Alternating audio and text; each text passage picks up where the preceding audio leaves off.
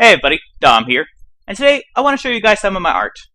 I've made a video like this in the past where I just showed my artwork and I explain it as I go along, just casually, whatever. This time, however, the video will be kind of educational. What I mean is, I'm going to show you the works I put into my portfolio for getting into university, into an art program. So let's say you're going into university and you're trying to get into an art program. You could use this video as sort of a reference to see if your work matches up, if it's better or worse, if you have a lot of different variety, different things. Me, I was going into 3 different programs. All 3 were art programs. I got into the first program I chose with this portfolio, so it's a pretty solid portfolio, at least I would think. Quick background: all the works I'm about to show you were made between the years 2009 and 2013, when I was in college or CEGEP or whatever you like to call it. Right now, I consider these works to be really old and not reflective of my skill level currently, but at the time they were pretty damn good. Anyways, without further ado, let's begin. Here's a small sculpture I once made. It's a grapefruit. Grapefruit. I love me some grapefruit. Fun fact. Anyways, so what I did to make this was take paper and cut it up, like thick paper that could stay up by itself. Cut it up. I painted it with acrylic paint, I believe, and put them all together into this sort of shape and pattern. I made a smaller model first to get how I liked it, to see how I wanted it. Then I made this bigger one. The idea is, it's sort of like in motion. It's sort of like a grapefruit falling down in part. There's like a certain motion to this thing. Anyways, let's move on to the next one. It's a sort of simple graphic comic thing, sort of weirdness. I can't even explain what this is.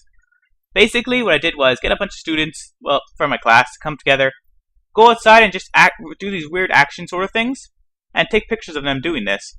Then later on, I put them into these sort of like stock backgrounds, and I put little comic bubbles. It's like a comic, except with actors. Does that make sense? The story is, it's called The Worst Day Ever.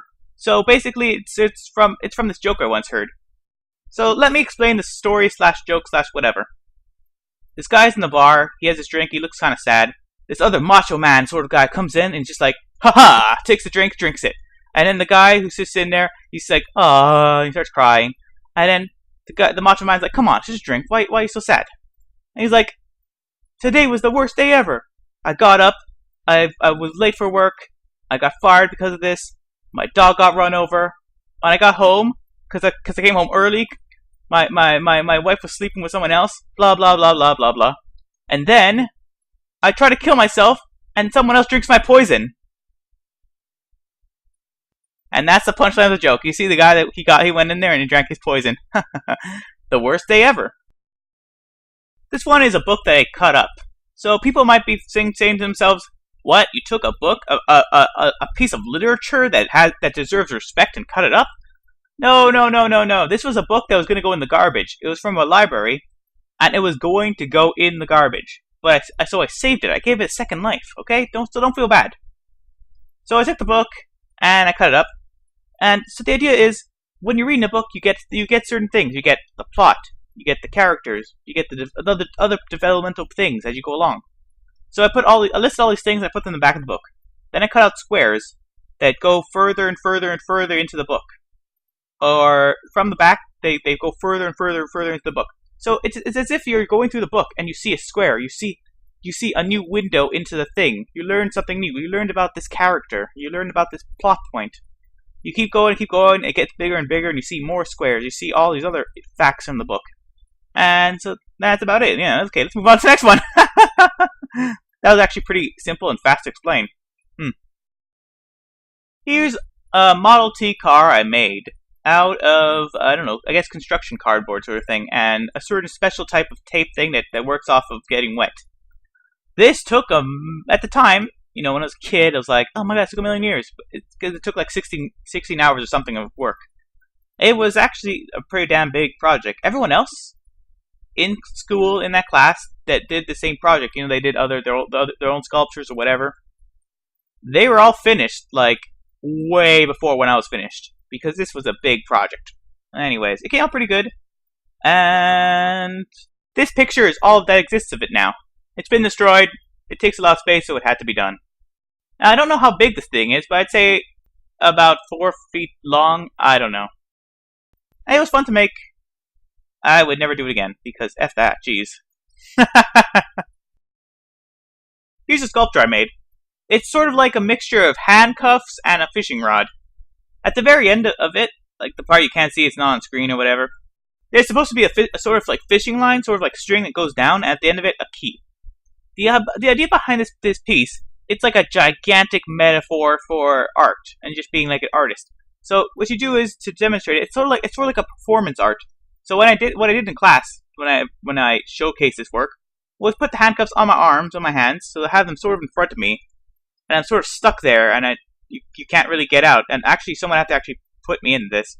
It's made with like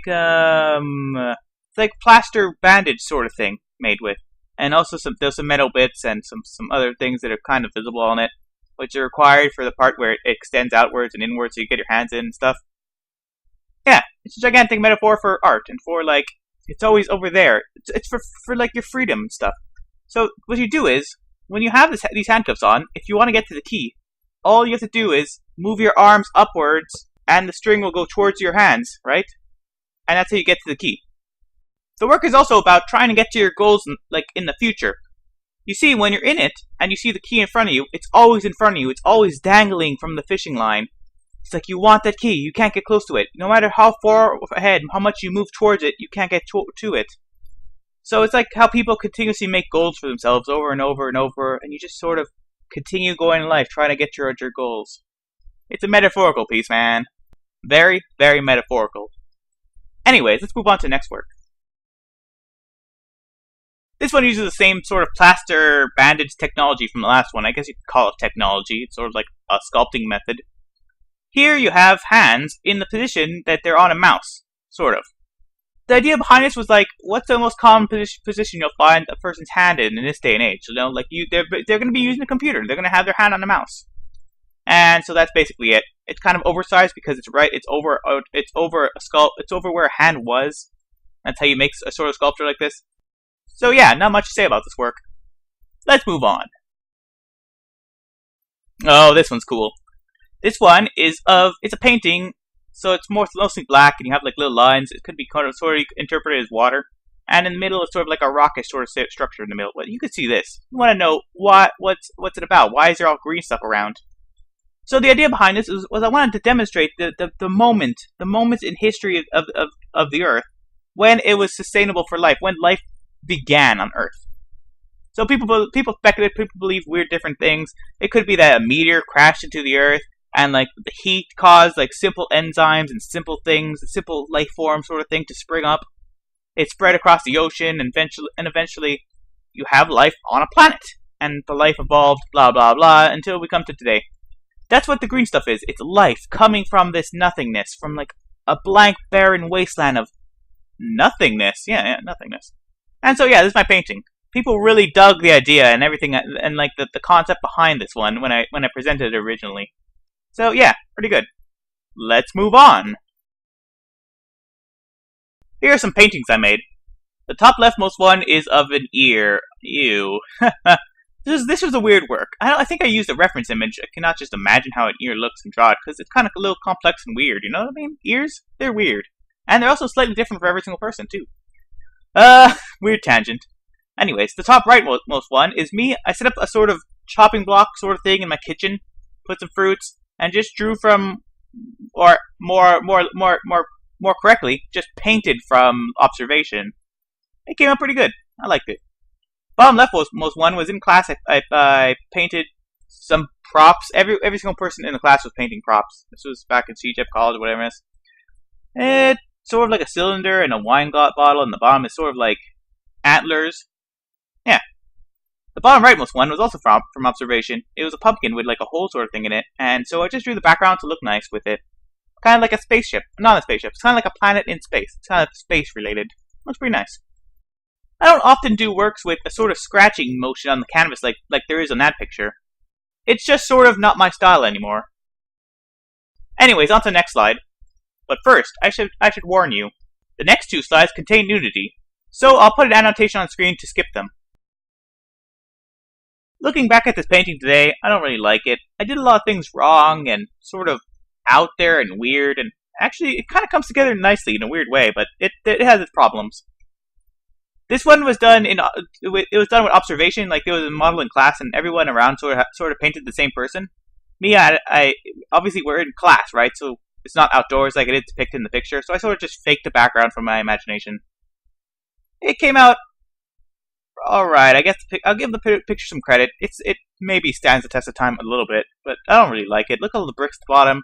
They're all treated really poorly, I think, and just a big stripe in the middle behind the woman. You know, that's what I gotta say. The green shadow on her shoulder. That's just kind of ugly. You know what I mean? So, meh. Let's just move on. Here we have a bunch of sketchbook work and some model sketches. You know, when you see a model in class, you draw them. The topmost, leftmost one, which is not a model, it's a bunch of cubes and stuff. Geometric figures, whatever. It is done with charcoal, but the rest are done with ink. The one exception being that sort of whitish one with some green in it at the bottom. This was a different project. The project basically went something along the lines of take a picture of someplace, blow it up really big in black and white, then draw on it and do whatever. So I made a sort of like a construction area in the road, have a bunch of vines coming out of it, and it turned out pretty okay. As a side note, the place I went to blow up this image, it costed only 10 cents to make 3 of these. What the hell? I thought like that blew my mind at the time, and that still blows my mind right now, how cheap that was, damn. It's like poster-sized black and white image.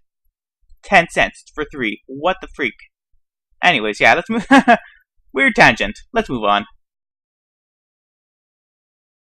Oh, this one's cool. This was a weird project. Hard to explain. Basically, I made a maquette sort of thing. I made a little model, as you see on the left.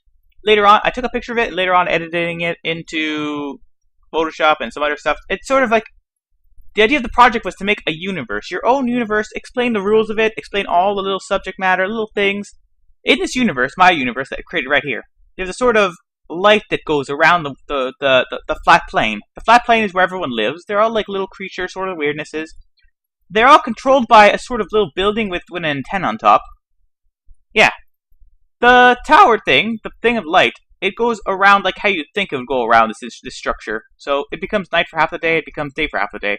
There's a bunch of other weird aspects to this, but I don't really remember the little rules I had in this universe. But one thing that I do remember is that this is, as part of this universe project, I made a website with like, let's say 10 pages. Each one is just a different view of the universe. So this weird, like, sort of ethereal platform thing with a thing in the sky universe, just shown in different views and different stuff. That was a fun project. Yeah, let's move on. This one requires a little backstory. I make maps in Team Fortress 2 and, to a lesser extent, some in Portal. In layman's terms, I make levels in video games, in those 2 video games. I consider making maps, even though the end goal is to make a nice environment to play a video game in, to be artistic in nature, and that's why I included them here. Anyways, with that out of the way, let's explain what these pictures are of. From top left to bottom right, we have a bench with a present on it, some sewers, some industrial space, a church in really foggy white weather, the top of a skyscraper, some indoor industrial place, the inside of a morgue, an oil rig, and some sandy outside desert place. Alright, the next work is a picture of my D. You know? My D. You see, the joke is, D stands for penis, and it's actually just a picture of a D. A wooden D that I got as a birthday present once, so it's not artwork, it's just a picture of a D. The letter D. Anyways, thanks for watching. Hopefully this video was entertaining and enjoyable, and educational. If you're an artist looking into getting into a university and you need a portfolio and you have to go through the process and you're not sure if your portfolio is good enough, I hope this video helped you out. I also hope not everyone hated that dick joke at the end. Anyways, once again, thanks for watching. Au revoir.